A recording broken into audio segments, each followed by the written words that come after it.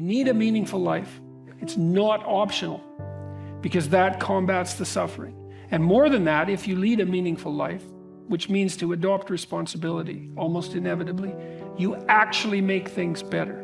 And so you can take people down to the bottom of the abyss and you can say, it's no wonder that you despair given your finitude, but there's so much possibility that surrounds you that you can make something of that regardless of the reality of its horror.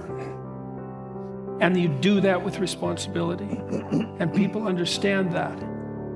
And so it isn't just a call to making things better. It's not a call to a utopia that's produced by human imagination. It's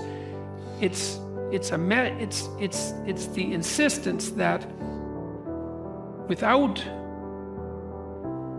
the proper engagement in truth, that your life will degenerate and you will end up embittered and in hell. And so the conversation just hasn't been serious enough, I would say.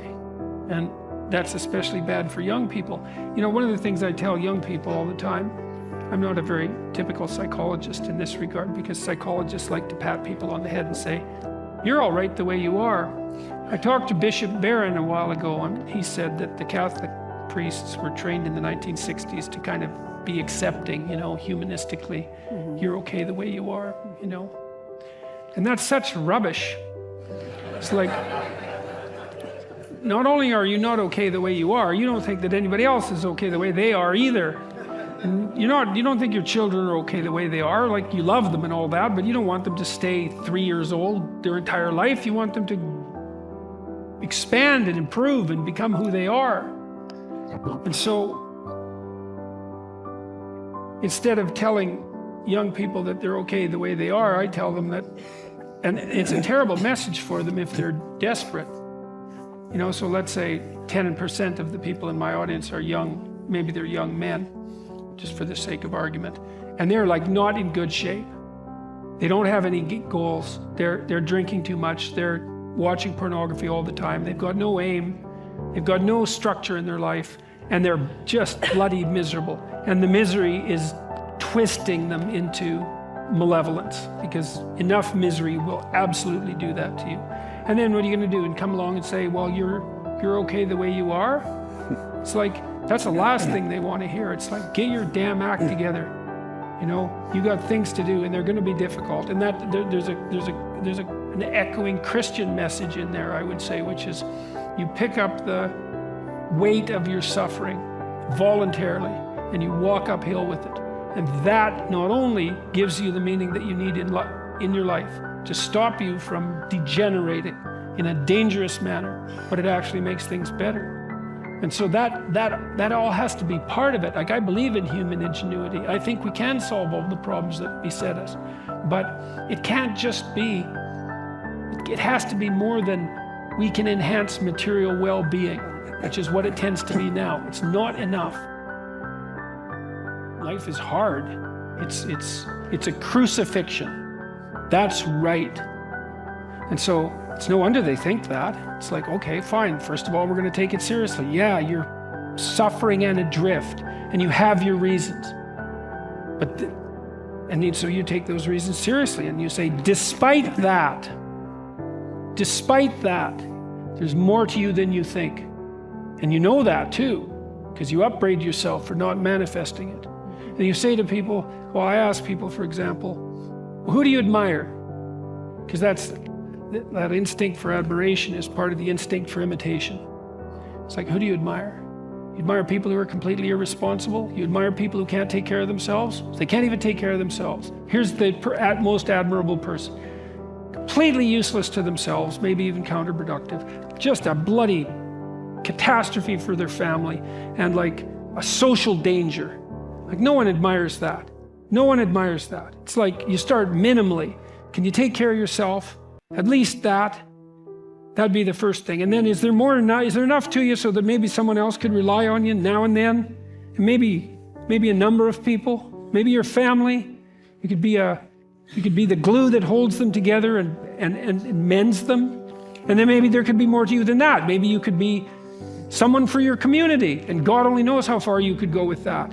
Those are the people you admire. It's like, well, try that out.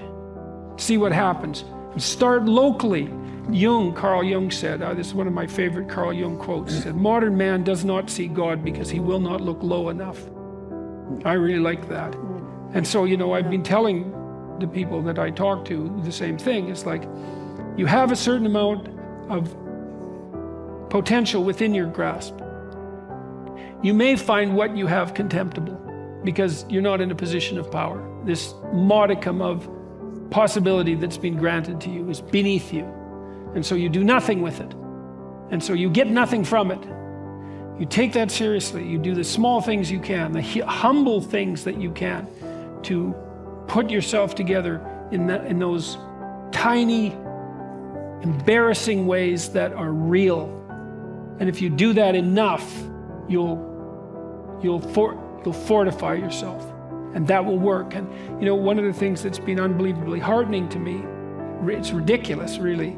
Normally now, if I go out during the day, if I go to any city, I've been to like 150 cities in the last year, and if I'm walking around on the street or in an airport, someone will come up to me about every 10 minutes or so, and they'll say the same thing. They always say the same thing. They first of all apologize for bothering me, and they're very polite. So all my interactions with people, you'd never guess this from like my reputation in the press, but all my interactions with people in public are unbelievably positive. And the people will come up and say, I was in this small domain of hell a year ago or 6 months ago, whatever it is, addiction, alcoholism, I wasn't getting along with my family. I'd been living with my girlfriend for 5 years and we were stuck. I didn't have any direction for my career. I was nihilistic, I was whatever. All the different ways that people can fall into a pit and be miserable.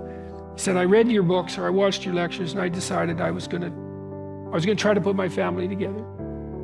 Or I was gonna make a vision and pursue it. Or I was gonna try telling the truth. I was just gonna try one of these things. And things are way better, way better.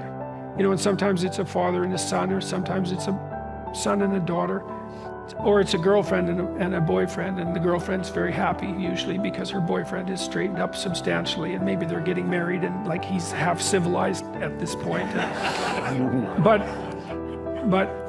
it's an unbelievably positive thing to see, and it's a real thing. It's like it's so interesting to watch the fact that all people have to do is put some of these things into practice, and all of a sudden that little modicum of potential that they had, because they got humble enough to deal with it properly, starts to expand and expand. And like I believe, and I do believe this, and I think this is part of the Christian message fundamentally, is that there's actually no limit to that expansion. Because in some sense, like we are this weird combination of finite and infinite. Like we're related to the infinite in some manner, obviously, because the infinite exists and here we are, and so we're related to it in some manner, and I don't know what manner that is, but I don't know what the limits are. It's like if you were the best person you could be, truly, if you decided to live by truth and to aim at the good, and you really did that, you put your whole heart and soul into it, that's what you were staking your life on, because you're staking your life on something. Who the hell could you be? And no one knows, you know perfectly well you could be far more than you are. And you don't know what the upper limit of that is. And we certainly don't know what the upper limit would be if there were lots of people doing that. God only knows what problems we could solve. There's lots of suffering and misery in the world. Plenty. And it's no wonder that people get bitter. But God, as you pointed out before, we've got no shortage of ingenuity and possibility. And if we were serious about making things less wretched than they are, who knows what miracles we could pull off.